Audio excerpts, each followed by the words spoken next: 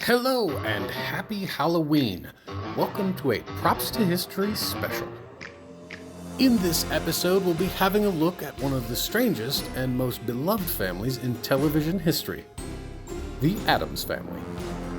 Originally created by cartoonist Charles Addams in 1938 as a series of comic strips for New Yorker magazine, the Addamses eventually made the leap from page to screen in their own live-action television series which lasted from 1964 to 1966. Since then, the Addamses have grown across various mediums, including movies, cartoons, video games, toys, and now a new series by Netflix directed by Tim Burton, Wednesday.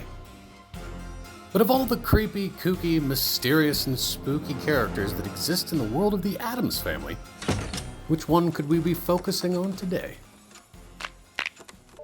Thing T. Thing, or just Thing as he's commonly referred to, is just as much a part of the Addams Family as the rest of the cast of characters. First appearing in the 1958 book by Charles Addams, Homebodies, Thing became very much a part of the Addams Family household in the 1960s television series and was usually played by Ted Cassidy, who also played the character Lurch. Thing would customarily emerge from a series of boxes and aid in whatever the story was.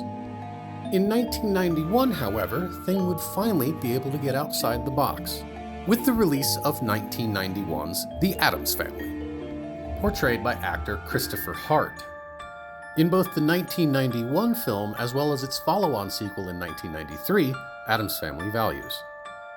And the method by which Thing is filmed is roughly the same way it's done in the new series by Netflix, Wednesday. Actor and magician Victor Dorobantu performs all of the hand movements for Thing, with the rest of the actor removed digitally in post-production.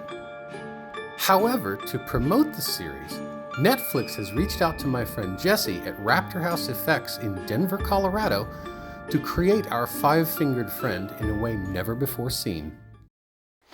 Hey there, Props to History. I'm here once again with my friend Jesse here at Raptor House Effects, and we're having a look at some of the pieces that they actually made for the show Wednesday, which is currently streaming on Netflix. We were approached about a year ago to see if it would be possible to create Thing as an actual walk-around, untethered, robotic animatronic character. So for production, they had a hand model with a green sleeve. But for our purposes, they wanted a character that could join them on red carpet premieres and then also be used for some hidden camera marketing. It is an extremely complicated build. There's a lot of weird math that goes into making anything walk, much less something that only has 5 legs. So this was the progression from like a basic Halloween store skittering hand to our prototype build, where we actually figured out all the mechanical problems that needed to be addressed to a final version that fits inside of this skin sculpt. Well, as you said, there's a lot of difficulty in making something move, because this was the first time that Thing was going to move completely independent. He's not a rod puppet. There's no actual attachment to him outside of this. He moves completely on his own, and the human hand doesn't move in a natural way, does it? No, even all our reference shots from the show, if you look at them, it's clear that it's a hand model. But Thing is a magical character. Mm-hmm. On our prototype, we figured out a way to have Thing lean, so he can kind of like lean in different directions to react to stimulus around him, and then this top mount actually is going to push and pull the skin around the wrist. So to give him some kind of directionality for his attention. Mm-hmm. So it really is more about capturing the spirit of the character as a whole, and less literal movements from the show itself. Is his skin made of the same stuff that you've used before with puppets, or is it something new? Yeah, we always go silicone. For this one specifically, we're going softer than we usually would because there's so much going on internally.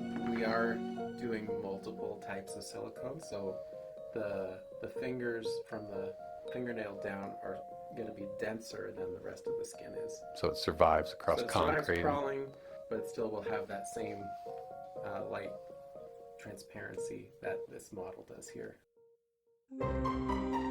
As with all groundbreaking special effects, Thing has gone through several iterations to reach his pinnacle form.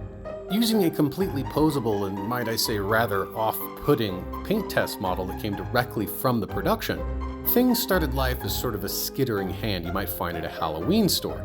And through each successive iteration, Jesse and his team have worked hard to create a fully functional, operable hand that has the ability to walk on 5 motorized legs, or fingers. Thanks again to Jesse and the team at Raptor House Effects for showing me their fantastic version of Thing. And don't forget to catch the latest chapter in the Addams Family story Wednesday, streaming now on Netflix. Props to history.